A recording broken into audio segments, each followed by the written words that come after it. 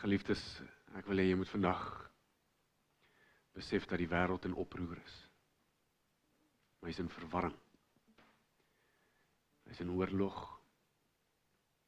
En hy is desperaat.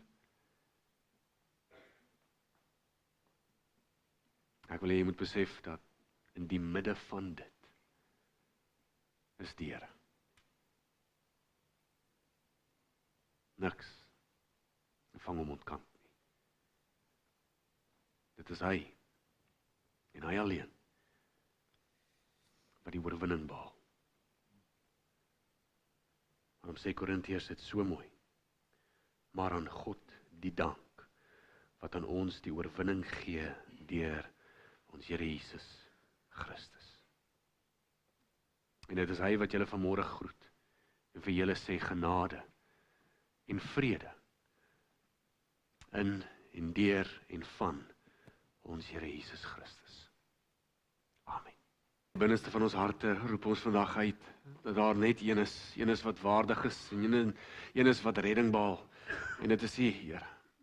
En Here, my gebed is dat U ons kom ontmoet persoonlik vandag, dat U ons so sal kom bemoedig, en so sal kom versterk, Vader, dat U ons geloof sal versterk, dat wanneer ons kyk na om ons, dat ons sal onthou om op te kyk, en dat ons altyd sal opkyk, en dat ons oë so gefestig en geanker sal wees op U. Vader, seën in die woord. Laat die Gees dit lewendig maak vir ons. En laat die Gees die harte voorberei. Dit is net hy. Dit is net U. In Jesus naam. Amen. Baie dankie, julle is welkom te sit. Baie dankie vir die musiek.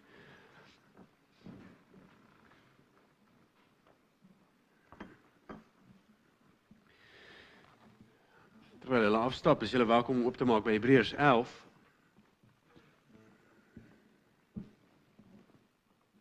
Hebreërs 11, vers 32 tot 34 gaan ek vir ons lees. Ek sal dit ook vir julle op die bord hê.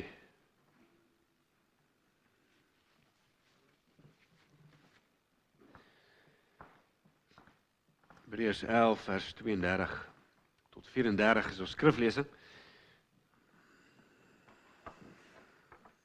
En ons gaan aan met ons reeks oor geloof.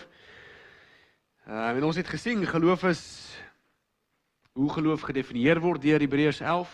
In die begin van Hebreërs 11 gee hy vir ons 'n goeie definisie. Ons sien hoe geloof lyk, ons sien hoe geloof besluit, ons sien hoe geloof werk. En die skrywer het 'n reeks voorbeelde genoem aan die Jode, en aan ons natuurlik, baie bekende figure, soos die van Moses en Abel en Henog. En hy het gewys hoe hulle geloof 'n rol gespeel het in hulle lewens. En op die einde van die dag hoe geloof 'n rol gespeel het in hulle redding. En geloof was eintlik die bepalende faktor. Dit is wat hierdie skrywer probeer uitwys. En dit is nog altyd die bepalende faktor. En dit was nog altyd vir God die bepalende faktor, is geloof. So wanneer dit kom by wat belangrik is vir God, dan kan ons sê geloof. Want uit geloof vloei gehoorsaamheid. Uit geloof vloei verhouding. Uit geloof vloei vertroue. Uit geloof vloei basiese elemente van jou verhouding met die Here. Nou kom ek lees vir ons Hebreërs 11, 32 tot 34, en dan werk ons om so sistematies deur vers vir vers. Ek lees vir ons, en ek moet die knoppie druk. En wat moet ek nog meer sê? Want die tyd sal my ontbreek om te vertel van Gideon, Barak, Simson, Jefta, Dawid en ook Samuel en die profete.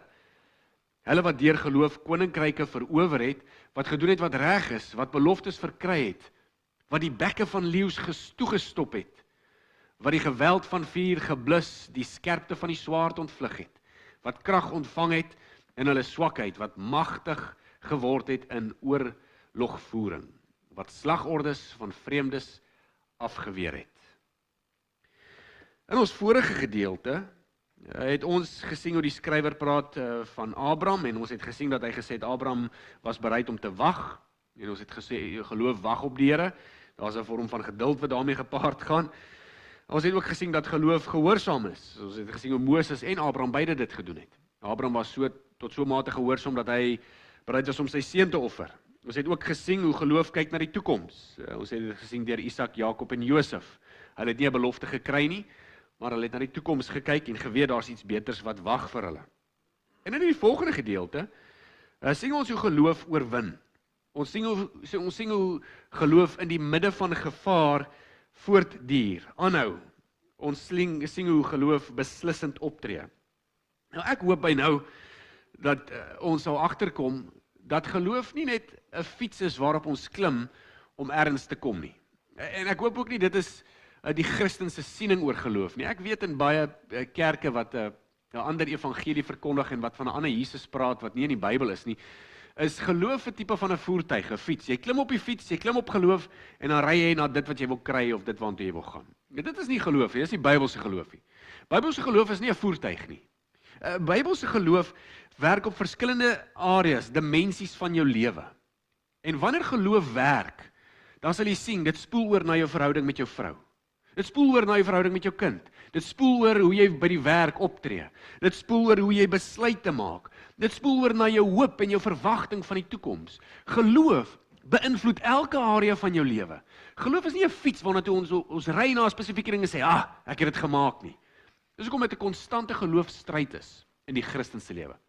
Jy gaan nie kom by 'n plek waar jy sê, ek is uiteindelik hier met my geloof nie. Want jy gaan nie daar kom nie. Nooit. Paulus ook self sê, dat moet nie dink dat ek dit alles het nie, want dit het ook nie behaal nie. Maar jy het genoeg. Jy het genoeg. Jy het genoeg om jou lewe en in jou lewe te kan funksioneer en te kan aangaan. En soos jy aangaan, so sien jy, gebruik die Here jou, hy gebruik en hy slyp jou en jou geloof word geslyp en jy sien jou geloof word versterk. Jy begin sekere goeders van die Here toepas, in jou huwelik, by jou werk, in jou vriendskappe, by die plekke waar jy uithang, selfs die keuses wat jy maak. Hier is 'n goeie voorbeeld. Baie van ons wens dat die Bybel vir ons daar kon sê, wie moet ek trou? Want dit is 'n belangrike keuse. Want die persoon met wie jy trou, gaan jy die res van jou lewe mee spandeer. Maar die Bybel sê nie vir jou, gaan trou vir Jan, of Piet, of Sean, of Koos, of Sari, of Susan, of wie ook al nie. Die Bybel is nie direk daarop nie. Maar die Bybel sê vir jou hoe geloof lyk. En wanneer jy sien hoe geloof lyk, en wanneer jy sien hoe die Here jou geloof slyp en vorm wanneer jy by hom uitkom, dan gaan jy begin besef hoe 'n goeie lewensmaat lyk. Wie moet ek kies? Wel, ek moet iemand sekerlik kies met dieselfde geloofs-oortuiging. Want dit is belangrik dat ons dieselfde God en dieselfde Christus aanbid. Sien jy hoe geloof besluitneming beïnvloed? Geloof beïnvloed die gelowige se hele lewe, al die dimensies van sy lewe. Dis hoekom kan dit nie net 'n fiets wees waar ons opklim en afklim om iets te kry nie. Nou wil ek 'n bakkie, nou klim ek op en nou glo ek hard genoeg, nou bid ek hard genoeg. En as jy die bakkie het, dan klim jy af. Sê dankie, ek het dit gekry wat ek wou hê. Dis hoekom die skrif praat van 'n geloof as 'n maraton. Geloofswedren. Geloofslewe. En ons moet geloof so sien.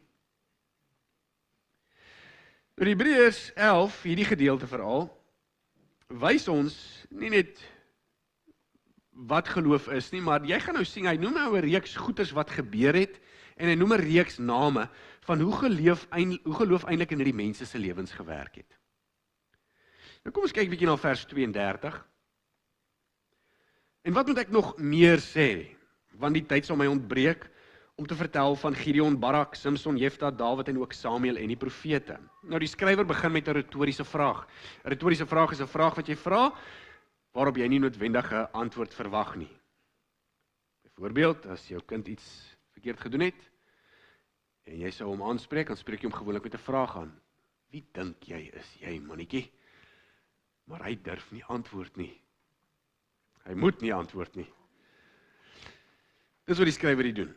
Hy begin met 'n retoriese vraag. Wat moet ek nog meer sê? Die rede hoekom hy dit doen is, hy probeer vir ons lesers, die Jode daai tyd vir wie hy geskryf het, hy probeer ons uitnooi om te sê, dink net 'n bietjie. Dink 'n bietjie aan die geskiedenis. Moet ek regtig in alles in diepte ingaan?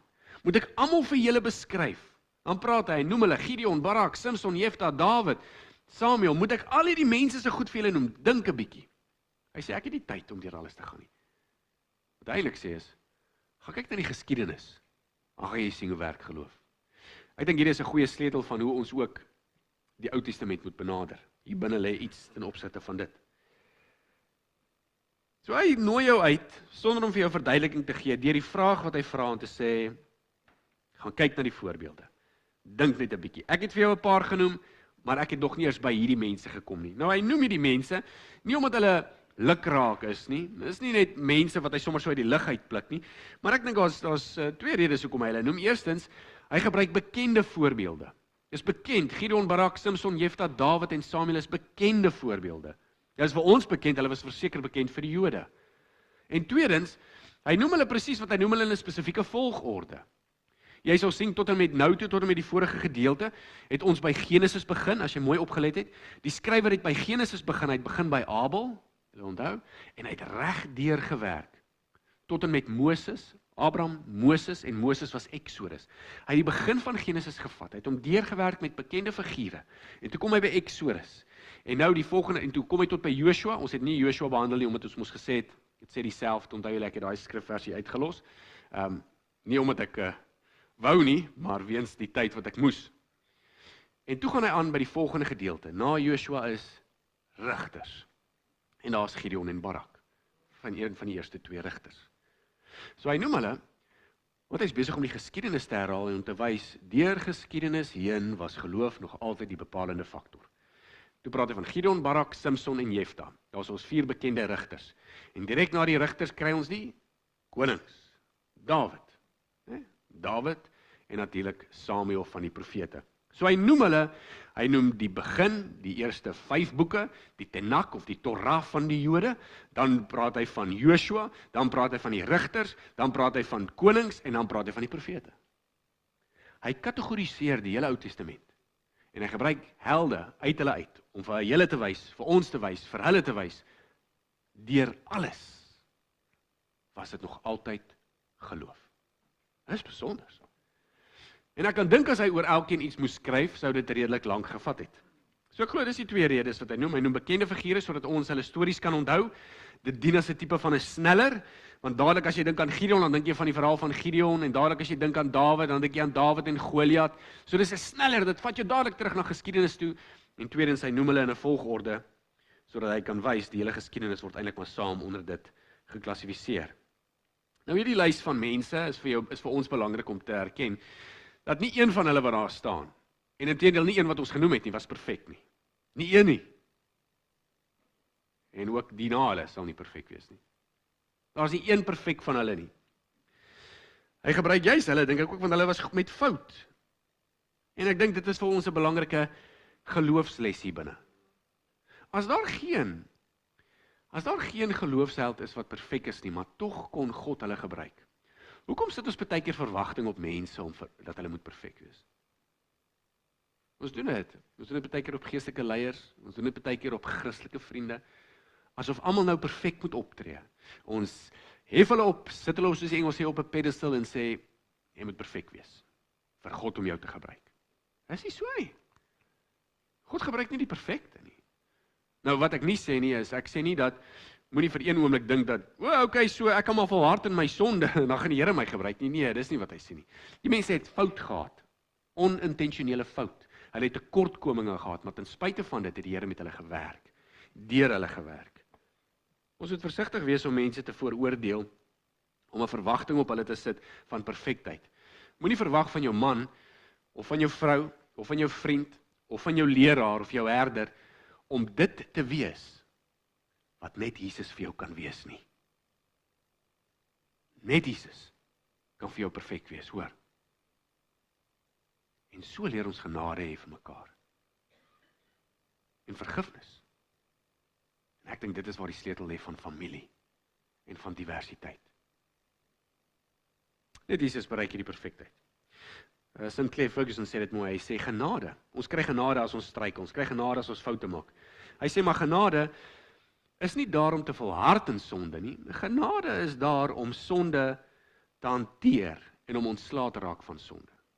So wanneer jy sien iemand is onperfek en wanneer jy sien iemand maak foute, dan moet jy eintlik langs hierdie persoon inkom en sê, broer, hoe kan ek help? Hoe kan ons hierdie ding hanteer? Nie om te sê, ja, ek wil niks meer met hierdie ou, want kyk wat doen hy. En dis hoekom Christus sê al eers die balk uit jou lapa uit, nee. Jou eie oog uit, vir die splinter, uit iemand anderste. So dis nie 'n kaartjie om sonde te doen vrywillig nie, maar dis ook nie 'n kaartjie om te sê ek kan vooroordelend wees nie. Maar die skrywer kies hierdie mense, want hulle het fout gehad, en ten spyte van hulle fout, het die Here deur hulle gewerk. Kragtig. Ons volgende gedeelte 33a, nadat hy nou 'n lys van name genoem het, sal jy sien, direk na die name gaan hy oor na dade, goeders wat gebeur het. Hy het die mense genoem, nou noem hy goed wat gebeur het. Onder andere die eerste 3 wat hy noem is, hulle het koninkryke verower, gedoen wat reg is en beloftes verkry het. Goed, so ons weet die rigters het koninkryk verower, ons weet die rigters en die konings het gedoen wat reg is, en ons weet die konings en die rigters het ook beloftes gekry. So dit wys vir ons dat hierdie ouens aktief betrokke was in geloof, en omdat hulle aktief was, want geloof is aktief, het ons gesê, geloof sit nie terug en wag nie, geloof wandel, geloof beweeg, maar omdat hulle beweeg het, was daar goeie resultate. Hoe het hulle beweeg? In geloof, in vertroue. En dis wat gebeur het. Dan noem hy 'n volgende lys van gebeurtenisse wat plaasgevind het. Hierdie mense het bekke van leeu's toegestop, geweld van vuur geblus, die skerpte van die swaard ontvlug. Nou dadelik, weer eens dien hierdie as 'n sleutel. As ek vir jou sê bekke van leeu's toegestop, wie is die eerste persoon wat by jou gedagtes opkom? Daniël. Nie Daniël nie? Daniël. Ons weet Samson het die leeu se bek oopgeruk, nee. Hy het die leeu gestoei. Samson. Maar Daniël was betrokke met die bekke van leeu's. En so ook geweld van vuur. Wie die geweld van vuur geblus, wat se karakters kom by ons op? Dadelik Sadrag, Mesach en Abednego. Die 3 manne wat in die vuuroond gegooi was, wat nie gebrand het nie. Sien jy hoe die persoon en die gebeurtenis sneller is? Dis 'n sneller, want dit maak iewes skielik net die hele verhaal oop. Die geskiedenis oop. En om te sê, maar ek onthou, Sadrag, Mesach en Abednego, ek onthou hulle in die vuuroond gegooi was, en ek onthou, toe sien die koning 'n 4de figuur, en toe het die vuur hulle niks aangemaak nie, want hulle het geweier om te buig, en dit het alles mooi gebeur. Sien jy hoe die hele verhaal vir jou eintlik maar 'n storie vertel van geloof? Dan natuurlik die skerpte van die swaard ontvlug het. Daar is baie van hulle, onder andere Dawid is ook een van hulle, waar Saul hom konstant wou doodmaak, en waar hy in oorlog was teen Goliat, en hoe sy verhaal eintlik getuig van geloof. So geloof, sien ons kan in die middel van gevaar staan, en dit kan nog steeds redding kry, deur hierdie verhale. En dan noem hy 'n laaste, en ek het hom alleen gesit by vers 34, ek het hom alleen gesit, want dit is by hom wat ek so 'n bietjie wil stil staan. In vers 34 sê hy, geloof, deur geloof het hulle wat krag ontvang het in hulle swakheid. Hulle het krag ontvang in hulle swakheid. Nou ek gaan 'n bietjie stil staan by hom, en dan gaan ek een van die rigters gebruik om dit te verduidelik, want dit is eintlik die kerntema, volgens my beskouing van vers 32 tot vers 34. Alle die mense en alle die gebeurtenisse, hulle was swak, maar hulle het krag gekry om te kon doen wat hulle moes doen. Hulle was swak, maar hulle het krag gekry deur die Here om oorloë te oorwen, om koninkryke te verower, om die bekke van leeu's toe te stop. Omdat hulle geloof gehad het, kon hulle dit gedoen het. En dit is eintlik wat die skrywer sê. As jy sou teruggaan, wat ek eintlik nie moet doen nie, sal jy sien, net na hy streepietjie sê hulle wat deur geloof. En in die volgende vers sê hulle weer deur geloof. So daar is 'n herhaling van die woordjie deur geloof. Al die mense het deur geloof, en wat het hulle gedoen? Hulle het deur geloof al die goeders verkry en oorwinning behaal. Dis wat gebeur het. So dis die oorkoepelende tema, dink ek, van hierdie skrifvers, is om krag te ontvang in swakheid. Want dit is eintlik wat geloof is. Geloof is om te sê, nie ek nie, maar die Here. As jy vir een oomblik sou dink, dat jy oorwinning behaal in jou lewe, jy oorhaal bewinning oor jou redding, en jy oorhaal bewinning oor die dood, dan beteken dit jy het geloof in jouself. Het geloof in jouself. En dit is nie wat hierdie gedeelte sê nie. Al die mense was swak, maar omdat hulle geloof gehad het in God, kon hulle krag kry. En ek wil gou net iets of jou iets sê, want kerke verkondig dit, nee, hulle gaan na die Ou Testament toe, dan gebruik hulle iemand soos Samson, of iemand soos Gideon, of iemand soos Dawid. En dan sê hulle vir jou, weet jy, as jy net geloof het soos Dawid, as jy net glo soos Samson, dan kan jy ook die pilare in mekaar druk. Ja, Samson het foute gehad, ja, Dawid het foute gehad. As jy net dit kan glo, dan kan jy. Maar eintlik wat hy vir jou sê is, as jy glo dat jy een of ander vermoë kan kry, dan gaan jy jouself kan red. Hierdie ouens was nie sterk, omdat hulle in hulle self geglo het nie. Hulle was sterk omdat hulle in God geglo het. Ek onthou ek het was 'n prediker gewees, vorige plek waar ek was. En hy het toe besluit om oor rigters te preek. Hy was nie in my gemeente nie, die gemeente waar ek was nie, hy was in 'n buurgemeente. En hy sê toe, een van die vurige manne, hy sê toe, ja broers, susters, die Here roep rigters op, rigters, almal van ons moet rigters wees. En ek sê, en die mense raak so opgesweep, en hulle, ek dink een ou gaan seker nou een of ander tyd 'n swaardie uitpluk, of iets gaan gebeur, jy weet. En hulle gaan seker hulle hare begin groei, om te lyk soos Samson. Maar ek gesels toe met hom daaroor, want dit is my plig, omdat ons deel was van dieselfde netwerk. En dis 'n valse leerstelling. Want ek kan nie vir mense gaan verkondig dat jy 'n rigter moet wees nie, want 'n rigter was gebruik deur God vir 'n spesifieke tydperk om redding te bring. Samson was gebruik om die mense te red, om die Israeliete te red van die Filistyne. Gideon ook van die Amalekiete. So 'n rigter was gebruik vir 'n spesifieke tydperk deur die Here. En dit wys eintlik vorentoe na Jesus Christus. Hoe God iemand sou gebruik om redding te bring. Nou staan ek van 'n kansel af. En ek verkondig en ek sê vir die mense, jy moet 'n rigter wees. So wat ek sê is, ek moet nou gaan en ek moet nou begin mense gaan red. Maar redding is nie myne om te gee nie. Ek kan nie mense red nie. Ek staan ook nie in as middelaar tussen God en mens nie. Die seisoen van rigters is verby. Dis verby. Daar's nog een middelaar. Jesus Christus. Ons kan onsself nie ophef tot 'n rigter en sê, laat ek vir God intree. Kyk wat het ek gedoen. Die Here gaan my kragtig gebruik om mense se siele te red. Nee. Wie is ek? Ek weet nie hoe om myself te red nie. Ek is dalk 'n instrument, maar ek is nie 'n rigter nie. Hy het dit nie goed opgevat nie. Ons is nie meer rigters nie. Ons kyk nie na hierdie mense en na die helde en sê, ek wil soos Dawid wees nie. Wat ons wel kan doen is, ons kan sê, jong, weet jy, Dawid het 'n goeie eienskap gehad. Soos Dawid skryf daarvan in die Psalms. Here, ek bedink U woord dag en nag. Dis 'n mooi eienskap. Ons kan dit sê. Here, ek wil soos Dawid U woord dag en nag bedink. Hè? So ons kyk na hierdie, want hulle leer ons iets van geloof. Hulle raak nie ons verlossers nie, ons moet verseker nie hulle wees nie. En ek sê dit met absolute liefde vir julle. Ons is nie Dawid nie. Moenie Dawid probeer wees nie. Die Bybel roep ons om soos een persoon te wees. Jesus. En inteendeel, die enigste persoon wat sê, ons moet hom naap of volg, is Paulus. Paulus sê, volg my, maar hy sê, volg my soos ek Christus volg. Dis eintlik wat hy sê, so dis Christus. Die skrywer wys, rigters wys, die geskiedenis wys, dat hierdie mense, hierdie ouens, hulle het God vertrou, ten spyte van hulle tekortkominge, ten spyte van waar hulle kort skiet. Ons is nie redders nie, ons is nie helde nie, ons is instrumente. So laat ek 'n voorbeeld gebruik, om hierdie stelling, krag ontvang in swakheid, om vir jou te wys, dat geloof ontvang krag in swakheid. Want ek dink die oomblik as ons besef, ons is swak, dan dink ek skep ons ruimte vir God se krag.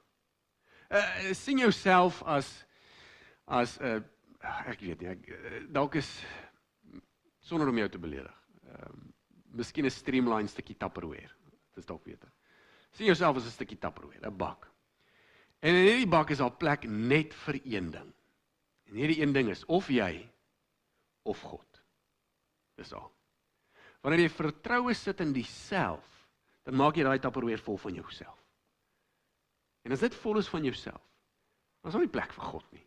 Want jy dink jy gaan jouself red. Jy gaan maak soos wat teens Jordaan gesing het, hierdie hande van my. Nee? Het al hard gewerk. En ek in hierdie hande. En ek gaan myself red. En dis eintlik trots. Geloof begin by swakheid. Dit begin by swakheid. Dit begin by die afsterwe van jouself. Dit begin by die ontkenning van jouself.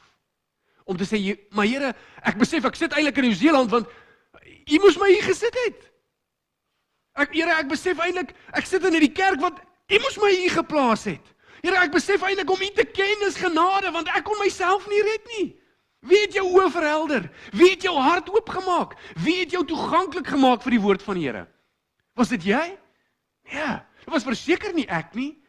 As ek wil onthou hoe groot die genade is van die Here, dan onthou ek wat ek gedoen het voor die Here. Dan sê ek, Here, hoekom het U my kom haal?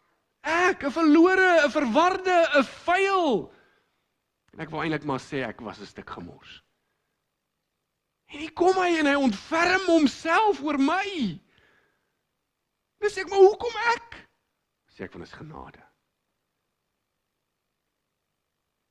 So kom by 'n plek waar ons onsself leegmaak van die self. Leegmaak van trots en die ego. En volmaak van Christus. Want ek glo dit is waar geloof begin. Geloof begin by swakheid. En die krag van geloof werk daar waar jy swak is. Kom ek gebruik Gideon as 'n goeie voorbeeld. Ek dink julle gaan van Gideon hou. Ek het baie van Gideon gehou. Goed, so ons het deur die Ou Testament gegaan, soos julle vanaand gesien het. Israel was in Egipte. Moses het hulle uit Egipte uit kom haal, toe trek hulle na die beloofde land toe. Net voordat hulle by die beloofde land ingekom het, toe sterf Moses. Toe het Moses 'n opvolger, Joshua. Toe gaan Joshua die beloofde land in met die volk. Toe sê God vir Joshua, goed, deel hulle deel toe in verskillende grondgebiede en hulle verskillende stamme, maar 'n groot probleem wat hulle begaan het, die Israeliete, God het vir hulle gesê, wis alles uit. Wis alles uit. Moenie toelaat laat ander afgode en ander beelde en ander rykdom. Hy sê begin oor, nuwe blaadjie. Moenie met die ander mense en die ander volke eers trou nie. Wis alles uit, sê die Here. Want dit het gegaan oor invloed. Né? En vrot appel? God sê nee, geen vrot appels. Die Israeliete luister toe nie. Hulle laat toe vrot appels. En toe word hulle vrot. En soos hulle toe vrot word, Joshua kom toe tot sterwe, toe verval hulle in afgoderry, in slegte goeders. Toe stuur die Here 'n vyand om hulle 'n les te kom leer. Toe kom die vyand, toe leer hy hulle les. En toe hulle nou iewes skielik swaar kry, soos die mens mos is, toe sê hulle, "O Here, ons kry swaar, U ons nie net kom verlos nie." En toe stuur die Here 'n rigter. Hierdie patroon. Hulle het gaan goed, hulle vergeet die Here, die Here kry 'n vyand kom oorwin hulle dit gaan sleg, hulle onthou die Here, hulle roep uit, die Here stuur 'n rigter en die Here red hulle. Ja, ek weet nie of jy onthou, was dit nou matriek of was dit nou graad 11? Of graad 10? Die sinusgolf, nee. Onthou jy die sinusgolf? Daai ouetjie wat so loop, nee. Ja, 50 hertz, nee. Dis hoe dit gegaan het met Israel. Het het goed gegaan en as dit goed gegaan het, dan val hulle weer, dan vergeet hulle die God van hulle voorouers, voorvaders eintlik. En dan gaan dit sleg, dan bid hulle en dan gaan dit weer goed en dan val hulle weer. En so gaan die patroon. Maar deur dit sien ons hoe God geduldig is en hoe God elke liewe keer 'n rigter stuur, 'n redder stuur. En daar is een kern, as jy Rigters gaan lees, is daar een kernsin wat konstant herhaal. Die sin is, Israel het gedoen wat verkeerd is in die oë van die Here. Israel het gedoen, dit is soos 'n gedig, 'n groot gedig. Israel het gedoen wat verkeerd is in die oë van die Here. En dan kom hy, stuur hy redde, en Israel het gedoen wat verkeerd is in die oë van die Here. So hier by Gideon was een van die plekke waar Israel verkeerd gedoen het in die oë van die Here. En die Here kom roep toe vir Gideon. Gideon was besig om weg te kruip in 'n paarskuip, hy kruip weg, 'n baie dapper man. Daar was die Amalekiete was daar, die Midiane was daar, hy kruip weg. En dit is so interessant, dis nou die Here of 'n engel van die Here kom na hom toe en hy roep vir Gideon, en hy sê vir Gideon, hy begin so, dapper krygsman, en ek dink net by myself, as ek net 'n vlieg, ek was nou op die muur nie, dalk 'n wurm in die grond, as ek 'n wurm in die grond was, nee, ek net vir Gideon kon kyk, En hoe hierdie engel of die Here vir hom sê, dapper krygsman, ek seker Gideon wou omkyk en kyk of daar nie iemand anders agter hom staan nie, want duidelik praat hy nie met hom nie. Gideon is besig om weg te kry. En die Here sê vir hom, dapper krygsman, ek gaan jou gebruik om Israel te red. En die eerste woorde wat Gideon sê is, stuur iemand anders asseblief. Ek is nie die ou nie. Stuur iemand anders. Ek dink baie ouens sou sê, ja Here, wat 'n voorreg, die Here gebruik my, jy weet. Maar nie Gideon nie. Gideon sê, nee, stuur iemand anders. Jy's by verkeerde adres. Hierdie is 43A, jy soek seker 43B. Hy sê, hoe kan ek Israel verlos? Die Here sê, ek kies jou. Gideon sê, okay, as jy my regtig kies. Ek dink net hy probeer die hele proses uittrek. As jy my regtig kies, gee vir my 'n klomp tekens. En een van die tekens is mos waar hy 'n wolvliesie vat. En hy sit die wolvliesie op die gras. En hy sê, goed, as dit ek is, want ek dink dit is nie ek nie, laat dit lekker nat wees om die wolvliesie met dou, maar laat die wolvliesie droog wees. En hy gaan toe en hy slaap en die volgende oggend toe is die gras nat en die wolvliesie droog. Hy sê nee, wag. Dalk het die dou net bietjie nie reg geval nie. Kom ons ry dit om. As dit regtig ek is, laat die wolvlies die keer nat wees en die gras droog wees. En dan gaan hy en hy doen dit presies so, en die teken kom uit. En hy sê, ek weet nie.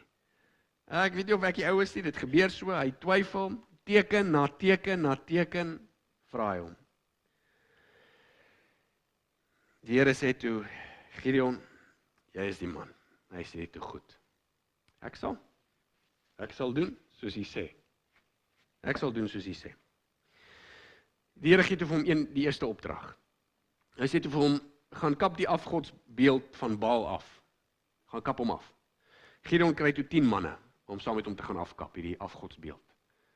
Maar die skrif sê toe, Gideon was baie bang, en hy het toe besluit om in die aand te gaan. Ek sien hoe slyp die man met 10 manne die aand en hy kap die beeld af. Hy kap het toe af, en hy is toe terug.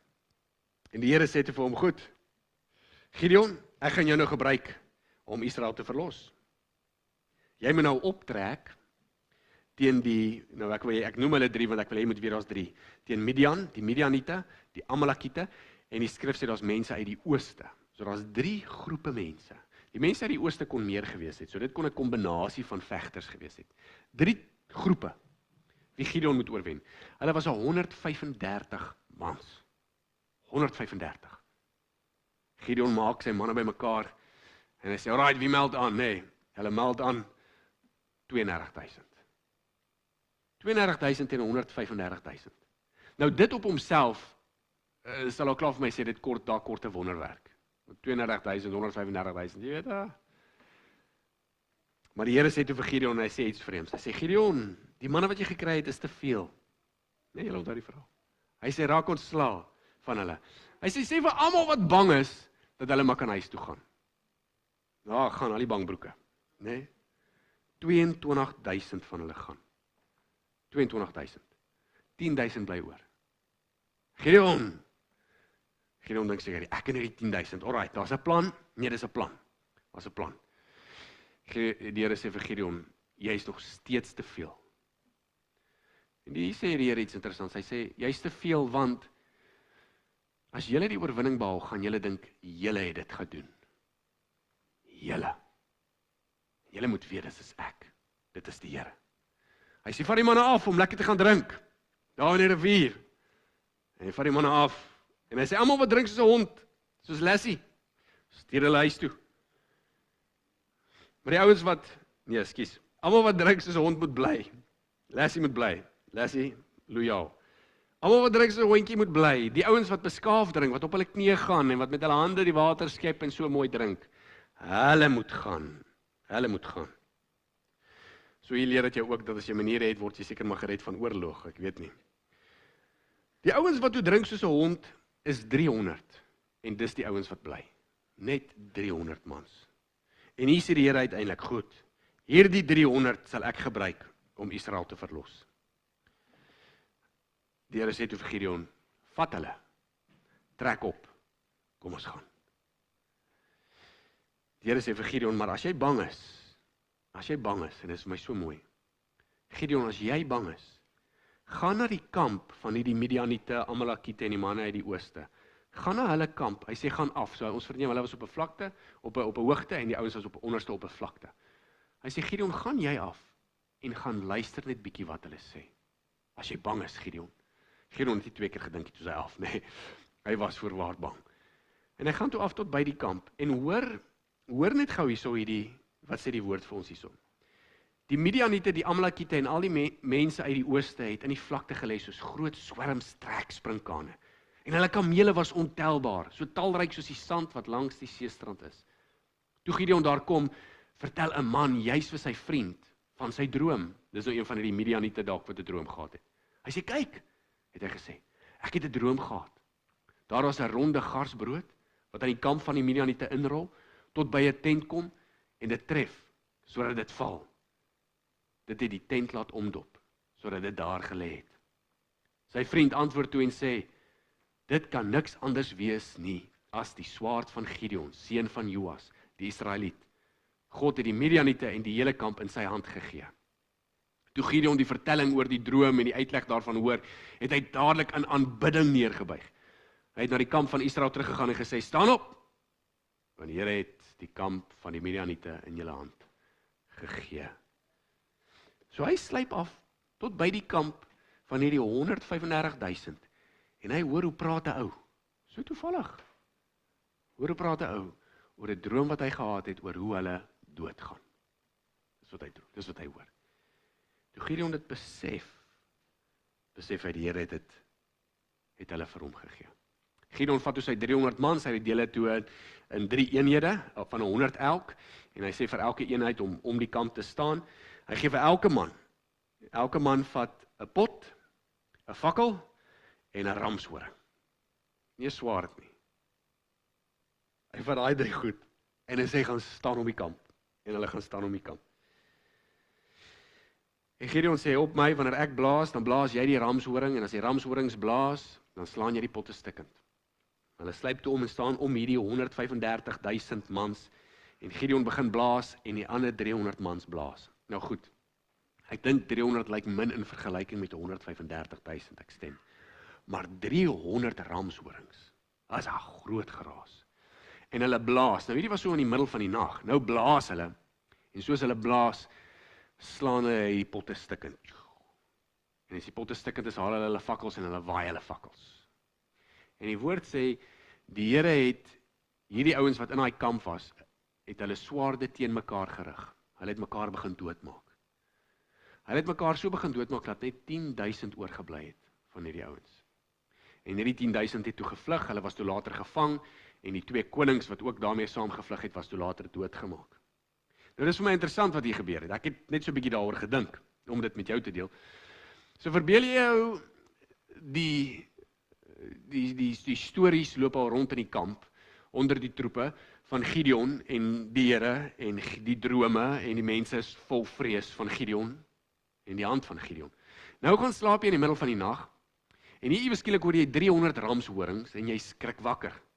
En soos jy wakker skrik en jy kyk uit, sien jy hoe waai reg rondom die kamp, sien jy hoe waai al die fakkels. En die volgende geluid wat jy hoor is spotte wat breek. Hulle is seker in die kamp. So wat ek dink. Nou sit jy met 3 vreemde groepe. Die een groep weet van die ander, maar hulle ken hulle nie werklik nie, want hulle het seker 'n dag of so voor die tyd by mekaar gekom. Nou is die vreemde mense om jou potte breek, fakkels waai, jy's omsingel deur jou vyand. Jy dink seker hierdie is die ouens wat in die kamp is, want die potte moet breek, hulle hardloop oor ons potte. En jy begin links, regs en in die middel swaai jy jou swaard om seker te maak elke man vir homself. Dis wat ek nou maar dink by my redenasie wat gebeur het. Maar hoe ook al dit gebeur het. Die Here het dit gebruik om die Israeliete te verlos. En toe kom die volk van Israel en hulle sê toe vir Gideon, Gideon, jy is 'n goeie krygsman. Heers oor ons, nee. Wees 'n koning oor ons. Jy en jou seuns en jou kleinseuns, hulle wil sommer 'n hele dinastie begin. Gideon sê toe, en dit is iets moois wat hy sê. Dit is nie ek wat oor julle sal heers nie, en my seuns sal ook nie oor julle heers nie. Die Here alleen heers oor julle. Hier is my vraag. Waar dink jy lê die wonderlikheid, hierdie almag van hierdie krygsman? Waar dink jy lê dit? Het dit in Gideon se plan gelê? Het dit in Gideon se vermoë gelê? Ek lees nie eers dat Gideon 'n swaard opgetel het nie. Het dit in sy 300 mans gelê? Regte tyd, regte plek, regte geleentheid, regte goed gebruik. Die wonderlikheid van hierdie hele verhaal, en soos jy deur die hele rigter sal sien, is dat dit nog altyd God was. Nog altyd. Dit is altyd God. Die hele idee is Gideon was juis nie dapper nie. Gideon het nie die vermoë gehad om homself en ander te red nie. Maar God het die redding behaal.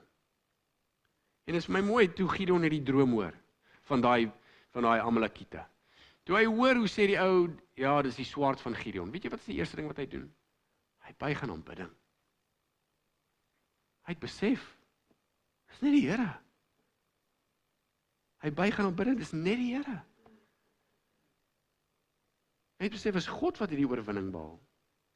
Dit is my interessant as jy 'n bietjie gaan kyk na die begin van Gideon en aan die einde van Gideon. Waar Gideon teken na teken na teken vra, wegkruip, nee, in die pars kruip, waar hy wegkruip. Hierdie twyfelagtige, onseker Gideon wat nie bereid is nie. En nie aan die einde hoe hy buig aan aanbidding. En hoe hy met 300 mans bereid is om 135.000 aan te vat. Asof Gideon begin besef het, dit gaan nie oor my vermoë nie, maar dit gaan oor God. Gideon kon dapper staan want hy het geweet, God is die een wat hom vooruit gaan, nie hy nie. Gideon se geloof was geslyp. Gideon het gesê, hy glo nie, hy kan nie, hy glo God kan. Vriende, dit was nog nooit ons nie, en dit moet ook nooit ons wees nie. Mense gaan ons nie red nie, presidente gaan ons nie red nie, leiers gaan ons nie red nie, die Here gaan ons red. Maar hy red ons, waar ons by hom swak is. En dis wat Paulus skryf, nee, 2 Korintiërs 12:9, en dan is hy klaar. Paulus het hierdie probleem gehad, hy het gesukkel, hy het geworstel, en hy het gesê, Here, help my om hier sterk te kan wees, haal die doring uit my vlees uit, help my om sterk te wees, help my om nie so swak te wees nie, en die Here sê, my genade is vir jou genoeg. Hy sê, want my krag word in swakheid verbring. My krag kom tot volle werk, wanneer jy swak is. Hy gebruik die swak persoon, hy gebruik die persoon wat by hom pleit, wat by hom smeek, hy gebruik hom. Hierdie mense en rigters is helde, nie omdat hulle sterk was nie, hulle is helde omdat hulle swak was en omdat hulle God vertrou het. Die oomblik toe hulle begin na hulle self kyk, is die oomblik toe hulle begin sondig het. Toe hulle begin geval het. Maar toe hulle vir God kyk, klein oomblikke van geloof, groot uitkomste. Ek wil vir jou sê, al byt jy dalk nou aan die kort kant, al het siekte jou geslaan, al lyk die ekonomie soos wat hy lyk, al gaan die oorlog aan in die Midde-Ooste, al het die brandstof of die vulstasies nie brandstof nie. Nou, wat gebeur ook al hier? Ek wil vir jou sê, moenie na jouself kyk vir redding nie. Moenie. Jy moet na die Here kyk daarvoor. Jy moenie ook hê hierso dat die Here, jou geloof moenie 'n fiets wees, soos ek gesê het in die begin nie. Dat die Here net 'n spesifieke uitkomste moet gee, want as ek hierdie uitkomste kry, as ek net genesing kry, dan is ek okay. As ek net nog brandstof kan kry, dan is ek okay. As die ekonomie net bietjie sak, dan is ek okay. Geloof sê vir ons, dit gaan nie oor 'n spesifieke uitkomste nie. Dit sal lekker wees. Dit sal verligting bring. Ek stem saam. Dit sal genotvol wees. Maar geloof sê, in die midde van die vuur, in die midde van die swaar kry, in die midde van die lyding, weet ek wie God is. En ek weet die redding wat hy behaal. En ek moet na hom kyk. En dit natuurlik wys ons na Christus toe. Christus behaal hierdie oorwinning. Want die beste oorwinning wat hy kon behaal het, was oor die sonde en oor die dood. Die beste. Want wat help dit jy kry die wêreld as wins? Wat help dit jy word genees van jou siekte? Wat help dit ons kry 'n sterk ekonomie? Wat help dit ons voertuig raak weer vol brandstof? Maar ons verloor ons siel. Die beste oorwinning was die oorwinning van Christus. Oorwinning wat ons nou kan kry. En soos ek sê, jy byt dalk nou aan die kortkant, maar byt vas. En dan kom 'n dag, en in daai dag gaan alles vir jou tot verligting wees. Alles vir jou tot vreugde wees. Geloof oorwin altyd. As dit nie in hierdie lewe oorwin nie, oorwin dit verseker in die volgende. Kom ons bid. Hemelse Here Vader, dankie dat ons vandag deur Gideon kon sien. Hoe geloof kan kyk na U en nie na ons vermoë nie. Hoe geloof staat maak op U en vertrou op U. U is die een wat die oorwinning behaal. Here, selfs al werk goed nie uit soos wat ons wil nie. Selfs al staan ons nie met 32.000 man langs ons nie, maar dalk net met 300. Al werk goeders nie uit nie. Help ons om nog steeds na U te kyk. En nog steeds om U te vertrou. Laat geloof betrokke wees in ons lewens. Laat U ons slyp en vorm. In Jesus naam. Amen.